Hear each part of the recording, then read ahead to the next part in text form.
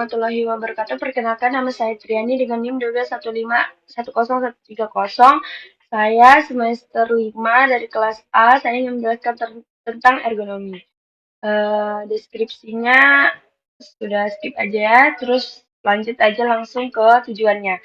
Secara umum, agar dapat memahami konsep dasar ergonomi dan bagaimana penerapannya dalam lingkungan kerja. Ergonomi atau faktor manusia adalah suatu ilmu yang membahas kelebihan dan keterbatasan manusia dan secara sistematis dan memanfaatkan tersebut untuk tujuan perancangan teknik sehingga dapat tercipta sistem lingkungan kerja yang lebih sesuai dengan manusia. Review global, definisi dari International Ergonomic Association, ergon atau kerja, dan nomos adalah ilmu pengetahuan. Nah, artinya suatu studi tentang aspek manusia dalam lingkungan kerjanya yang ditinjau secara anatomi, fisiologi, psikologi, engineering, manajemen, dan desain atau perancangan untuk mendapatkan suasana kerja yang sesuai dengan manusia. Selanjutnya ada penerapan ergonomi berupa rancang bangun atau desain, rancang ulang atau redesign. Itu tujuannya agar dapat diterapkan untuk desain pekerja dalam suatu organisasi, misalnya penentuan jam istirahat, pergantian shift, atau variasi pekerjaan, dan lain-lain. Ruang lingkup yang pertama itu adalah aktivitas rancang bangun atau desain dan rancang ulang atau redesign meliputi desain atau redesign perkakas kerja atau tools, bangku kerja atau bench, kursi, alat pengendali atau kontrol, dan lain-lain. Yang kedua, desain pekerjaan pada organisasi, contohnya waktu istirahat, pembagian shift kerja, variasi kerja, dan lain-lain.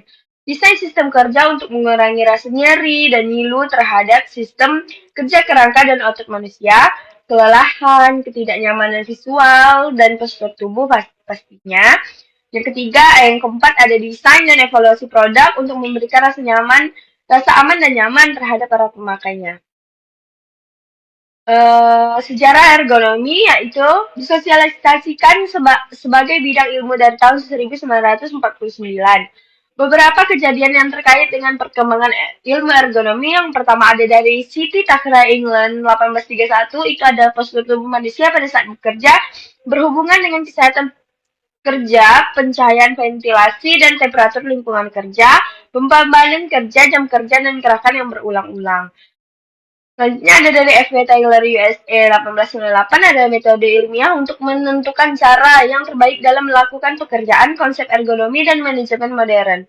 Yang selanjutnya ada F.B. Gilbert USA 1911, optimisasi metode kerja dalam analisa gerakan, motion studies, posisi membungkuk dapat diatasi dengan meja yang bisa naik turun atau adjustable. Benefitnya ada penurunan risiko cedera, meningkatkan produktivitas, meningkatkan kualitas dan efisiensi, mengurangi hari kerja yang hilang, meningkatkan semangat bekerja. Yang selanjutnya adalah prinsip ergonomi. Ini adalah desain yang digunakan oleh manusia itu untuk menyesuaikan tugas dengan pekerjaannya sendiri, seperti ya orang-orang yang berbeda lah dari kita yang punya keterbatasan, orang yang sudah tua itu pasti prinsipnya itu harus sesuai lah dengan umur mereka yang bekerja. Itu memanfaatkan pendekatan multidisiplin untuk memecahkan masalah. Ergonomi terkait dengan karakteristik fungsional dari manusia seperti kemampuan penginderaan, respon daya ingat, posisi optimum tangan dan kaki, dan lain-lain. Ergonomi membutuhkan pemahaman ilmu-ilmu terapan yang banyak berhubungan dengan fungsi tubuh manusia seperti anatomi dan fisiologi. Nah, ini termasuk ya semuanya ya. Jadi nggak cuman belajar tentang ergonomi itu nggak cuman belajar tentang fisik, itu ada belajar tentang ya pastinya ada desain, matematik, fisik, engineering yang termasuk ke dalam biomekanisme, dan di biomekanisme itu terbagi lagi menjadi dua yaitu fisiologi dan psikologi yang termasuk ke dalam ergonomi. Nah, ergonomik ini mencakup semua aspek kesesuaian manusia, bukan hanya faktor fisik seperti yang saya bicarakan tadi. Lanjut, ini ada fisiologi sistem kerangka otot manusia yang meliputi kinesiologi, mekanika pergerakan manusia, biomekanika, aplikasi ilmu mekanika teknik untuk analisis sistem kerangka otot manusia, antropometri, pengukuran dan deskripsi dimensi tubuh manusia, industrial atau higien yaitu pengendalian risiko kesehatan dalam bekerja, industrial psikologi yang pasti sikap dan perilaku manusia dalam bekerja. Selanjutnya ada sistem teknik sosial yang termasuk ke dalamnya adalah struktur organisasi, kebijakan, dan proses. Selanjutnya ada topik yang relevan itu termasuknya ada shift kerja, penjadwalan, kepuasan kerja, teori motivasi, pengawasan, yang pasti ada kerja sama tim dan etika kerja. Selanjutnya ada pengaruh organisasi, itu sistem gaji, pengawasan kualitas, hubungan manajemen dengan tenaga kerja, lembur kerja, shift kerja, istirahat. Indikator di tempat kerja itu ada penurunan kinerja, permasalahan kualitas, ketidakhadiran, keluhan, kelelahan, dan ketidaknyamanan. Itu kalau misalnya ergonomik tidak tepat ditempatkan di tempat kerja itu kayak buruk gitu ergonominya, inilah yang akan terjadi. Selanjutnya adalah kontrol teknik, yaitu kontrol mesin, praktik kerja, kontrol administrasi, dan alat pelindung. Nah, ini adalah kontrol teknik. Kontrol teknik ini pasti termasuknya ya di desain tempat kerja, metode kerjanya, alat kerjanya itu udah pasti. Nah, terus di sini ada mengurangi dan menyebarkan ya gaya, terus memperoleh keuntungan mekanis yang lebih baik.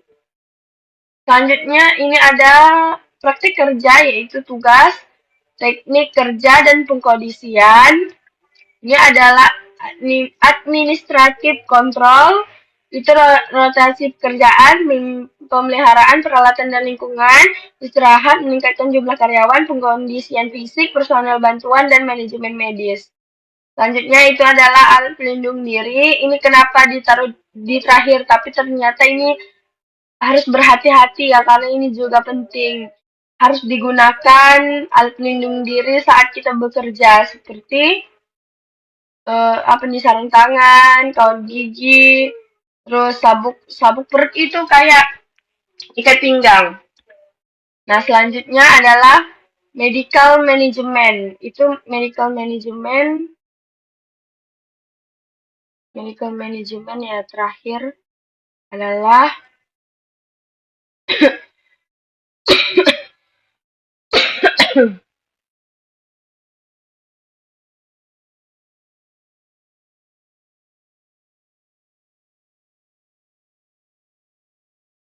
ada pengenalan dan pelaporan awal, perawatan konservatif, perawatan medis, dan rehabilitasi untuk cedera yang menyebabkan cacat, penilaian dasar kesehatan dan tempat kerja, partisipasi medis dalam desain tempat kerja.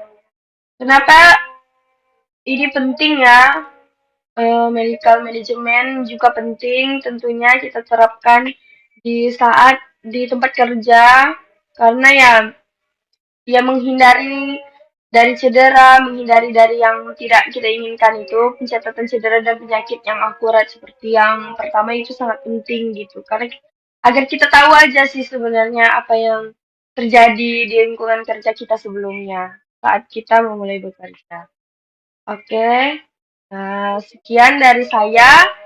Kurang lebihnya saya minta maaf. Wabillahi taufik wal hidayah. Wassalamualaikum warahmatullahi wabarakatuh. Mohon maaf atas kekurangannya dalam saya menjelaskan materi, karena saya juga banyak kurangnya ya. Baik, sekian dari saya. Terima kasih.